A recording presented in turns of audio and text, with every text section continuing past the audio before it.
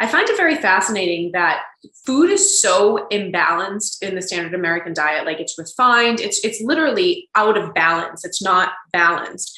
But food that grows out of the earth, the way God made it for us, is so perfectly balanced. And then when we eat balanced food, our bodies get balanced and get healthy. I mean, it's really quite a beautiful process and really so simple.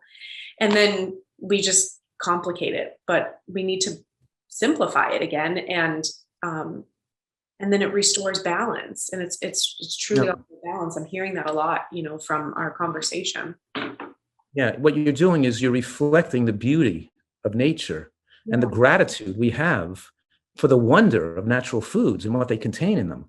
Yeah. And so people say, "Oh, shoot me right now! I'd rather be dead if I had to eat that way." And I can't, But the truth is, we learn how to make our taste buds adapt. We learn delicious recipes. And when we eat this way, we're more at peace.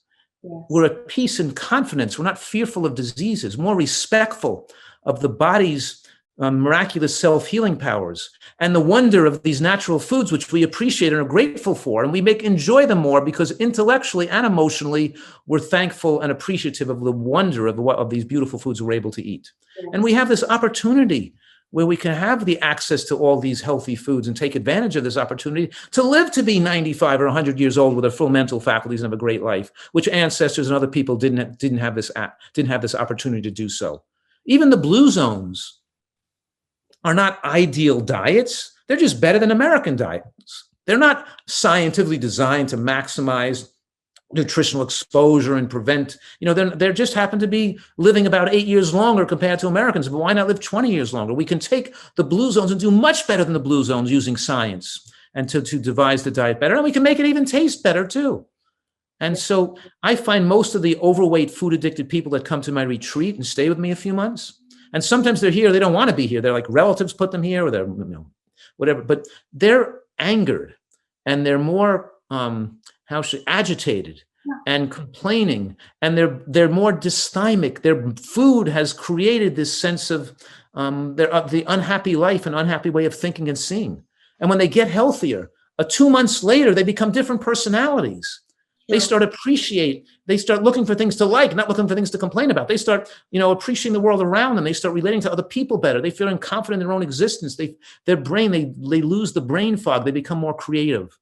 And they start to be more compassionate. What I'm saying now is that we're teaching people to be more compassionate, to be more mindful, to try to have goodwill for others as a means of, because you need that to be able to have your self-esteem be high, so you're not depending on other people's approval, which you're not going to get when you're eating differently than them. We want people to be able to sustain this way of living.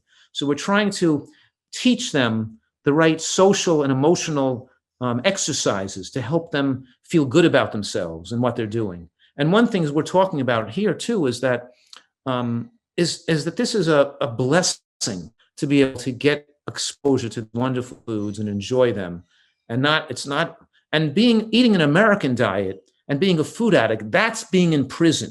That's being imprisoned because you can't be the full person you could have been.